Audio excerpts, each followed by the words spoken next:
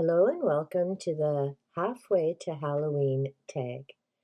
This tag was created by Happy Haunts Library, and I was tagged by Nicole from Nicole's Bookish Nook and Stuart Griffin. And yes, if you're wondering why I'm looking to the side, my questions are that away. Then I'll be looking down at my answers. So question number 1.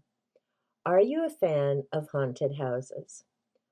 Well, I do have over 50 books that relate to the paranormal, both investigations, ghost stories, other such things.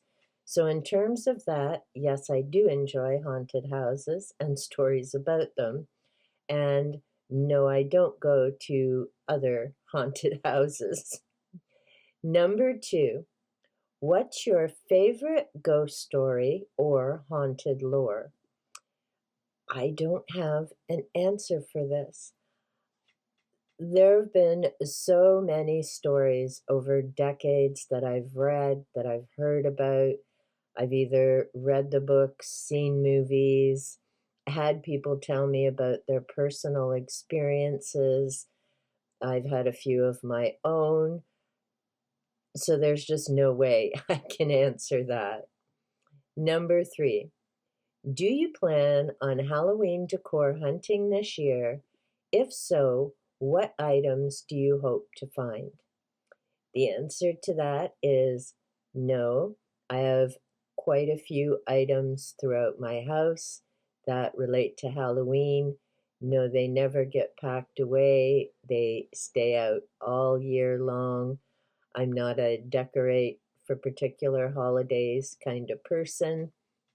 So my stuff stays out all year, and there's not really anything I'm looking for in particular. Number 4, candy corn. Love it or hate it? I'm middle of the road. I don't mind it, but it wouldn't be the first candy that I would pick. I'm more a gummy worm gal. Number 5, are you big into costumes and dressing up for Halloween? If so, what's your favorite costume? The answer to that is no, I don't dress up. So I don't have a favorite costume, and we'll just leave it at that. Yep, number 6. Okay. What's one activity or experience that's on your spooky season bucket list this year? I don't really have any. It tends to be a very quiet day for me, and I'll explain that a bit more further down. Number 7, what book series or movie screams Halloween to you? Well, of course, it has to be Jack Skeleton. I watch that every year around Halloween. I also watch Hocus Pocus. Yes, I know it has scary witches and things like that, but there's humor to it, and it has Bette Midler, who I enjoy, and it's just a great story. So I enjoy watching that. I also listen to the musical of H.G. Wells's War of the Worlds.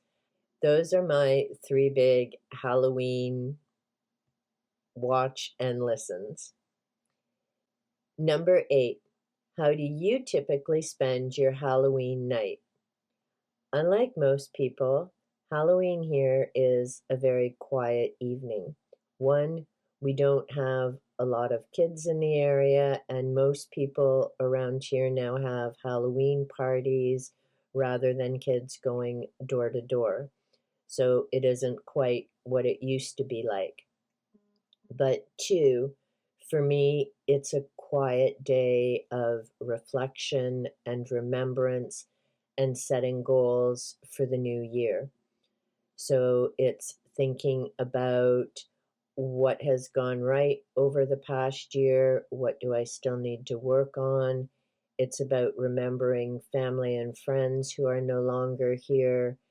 And it's about what am I hoping for the coming new year, as seasonally it is New Year. So for me, it's a very different day than for other people. And no, that doesn't mean that I think other people should do things differently. It's just how I choose to spend the day. Number 9, what does Halloween mean to you? And I pretty much sum that up in number 8. For me, it's a very quiet day of reflection and remembrance and honoring all those who have gone before. Number 10, tag your spooky friends. Remember to tag me in your video so I can come and watch your answers. Wishing you a safe and happy Halloween. Now, on to the Clean Slate tag. This tag was created by CatalystReads, which is a channel that is no longer available.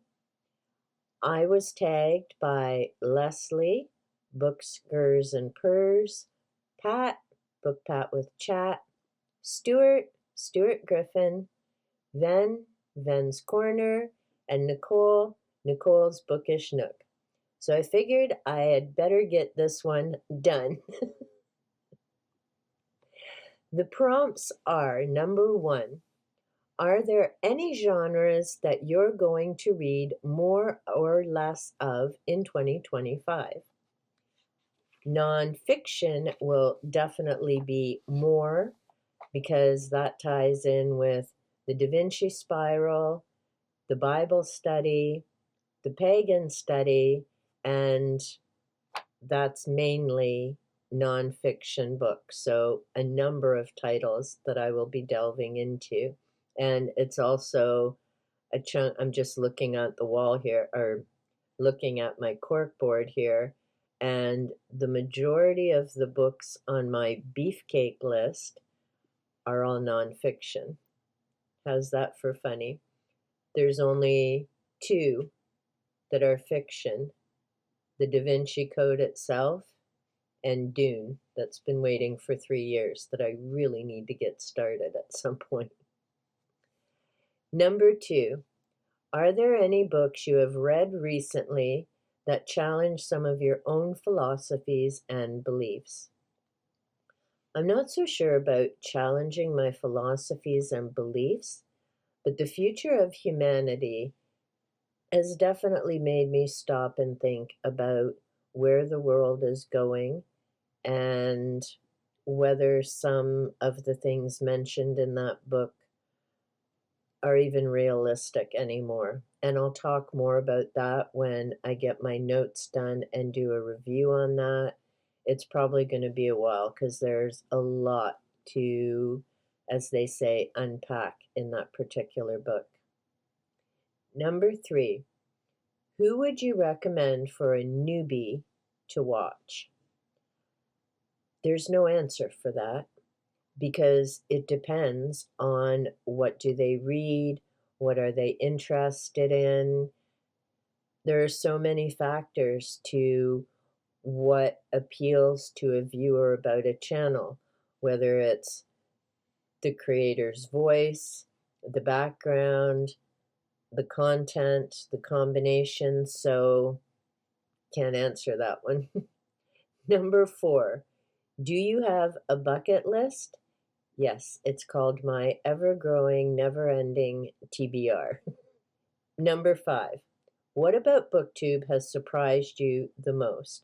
I would say the number of connections that I've made and the number of friends that I've made that I've been able to keep in touch with either through email or on Voxer, and it's been wonderful to meet so many great people, have those connections and people to chat with, not just about books, but everyday life. And yeah, it's been wonderful. Number 6, what are some of your goals? And it doesn't have to be BookTube. One is to read my personal library. And that, of course, would be much easier if I would stop buying books. But that is a definite goal, is to read all the books that I own And between the different projects and everything else, I'm getting there. It's just like my TBR, it keeps growing. The other goal that I have is to someday reach 500 subs on my channel. And yay, I'm almost there. So who knows? Maybe before December I'll get there and I can tick that one off the list and start striving for something else. Number 7, if you could meet, dead or alive, any writer, artist, or musician, who would they be? I put down 2. There could be a number of them, but one would be Ted Andrews. I've mentioned his book Animal Speak a number of times. I've also got his book Nature Speak. He would just be an amazing individual to sit down and have a conversation with about his experiences, and yeah, it would be amazing. The other person I put down is Starhawk. I've also mentioned her book, The Earth Path, numerous times. I've also read her work, The Spiral Dance. I have a couple of her other books I have yet to read. I would enjoy having a conversation with her about her experiences as a teacher, as an advocate for so many years, and speaking up about witchcraft and fairy Wicca and her environmental work. It would just be an amazing afternoon chatting together. Number 8, would you rather have your life written by your favorite author or be portrayed in a movie by your favorite actor or actress? I really don't think my life is that interesting that anyone would want to write a book or make a movie. I mean, there have been various adventures and things along the way, but I'm going to go with not applicable and move on to number 9. What are some of the challenges you have overcome or would you still like to improve regarding your channel? Well, first of all, the challenges were sitting in front of a camera and not feeling like a dork and having the confidence to upload a video. The next part was editing and having something worth uploading. So those were the 2 big hurdles to starting things off. The next part, in terms of liking to improve, is still figuring out how to get more comments and interaction under videos once they go up. I appreciate any comments that I get. I definitely try to answer all of them, and yeah, I really enjoy that connection and conversation with viewers, and I always appreciate the feedback on whether someone's enjoyed a video. I appreciate, you know, comments or suggestions on how to do things differently, provided they're worded in a positive and constructive criticism type of way. I mean, those can also come to me on my email, which is included on my channel page. I don't put it below because bots. So for me, the big goal is figuring out how to get more engagement under the videos, and I haven't quite figured that out yet. Number 10, what advice would you give to someone that is thinking about deleting their YouTube channel? Again, there's no real way to answer that unless you're in the realistic scenario with that person, because it depends on what do they have going on, why are they thinking of deleting it. There's so many variables that there's just no way to answer that. So I'm not going to. Number 11, who do you tag? For this one, I'm going to leave it up to, if you have seen this video and you're interested in answering these questions, please do so. Remember to tag me in the video so I can come and watch your answers. And until next time, remember, be safe, be well, and big hugs.